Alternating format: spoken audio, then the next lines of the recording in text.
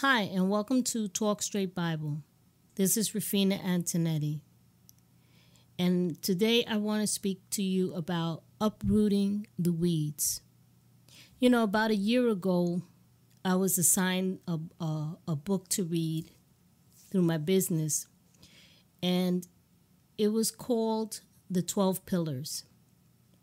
And when I got to chapter 3, it mentioned the third pillar, the gift of relationships. And the caption was, time, effort, and imagination must be summoned constantly to keep any relationship flourishing and grown. So now the storyteller uses the garden as an analogy, and how when he first started the garden, it was full of weeds. He wanted to make it beautiful, and he did. But he also pointed out that in order to make it beautiful, he had to uproot the weeds. He explained how uprooting weeds that were growing for a long period of time would take time, and that only persistence, patience, and perseverance will be needed to accomplish the task. Of course, he was pointing out to the other character in the story that relationships that we have with our loved ones are precious, and we need to tend them, care for them, plant healthy seeds in order to see a beautiful garden. So this brought to mind, of course, my own relationship with my husband, my children, family, my friends, those that are dearest to me. Aren't they not worth a little tending and caring for?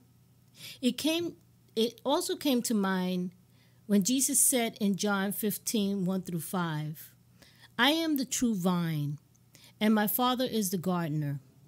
He loops off every branch that doesn't produce, and he prunes those branches that bear fruit for even larger crops. He has already tended you by pruning you back for greater strength and usefulness by means of the commands I gave you.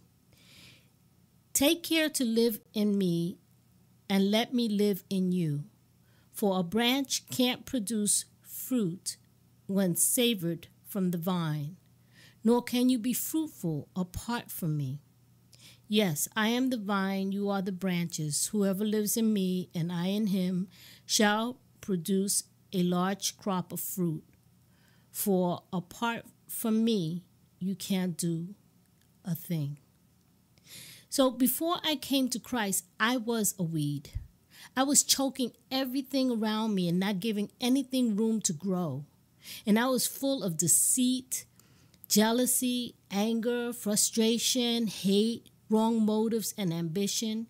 And although I wanted to stop behaving this way and stop doing drugs and doing all these despicable things that were against God, I couldn't do it in my own strength.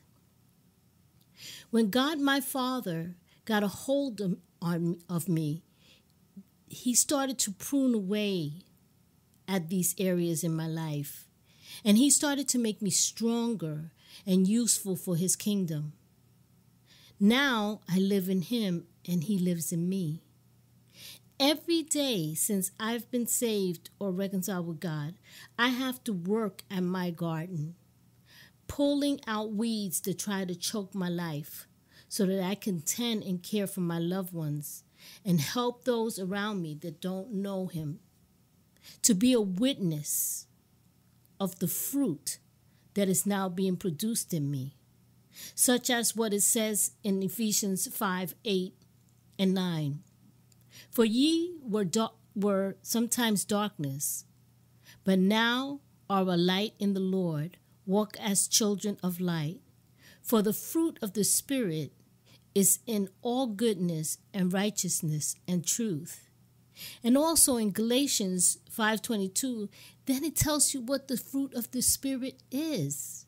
It's love, it's joy, it's peace, long-suffering, gentleness, goodness, faith, meekness, temperance. Against such things there is no law. See, only Only persistence, patience, and perseverance can help pull out those weeds that are deep-rooted. That weed that has been there since childhood and just keeps everything and everyone from seeing the beauty that it can produce. In those cases, you have to take a shovel to chop at the ground around it, to loosen it up. And my friend, that shovel is the Word of God. Only the Word of God can chop away the hardness of our hearts and make it soft enough to be pulled out by our gardener.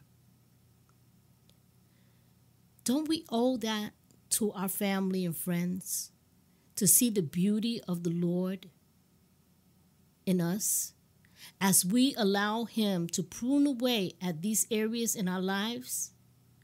Because apart from Him, we can do nothing. God bless you. Have a wonderful weekend. Until we meet again, Shalom.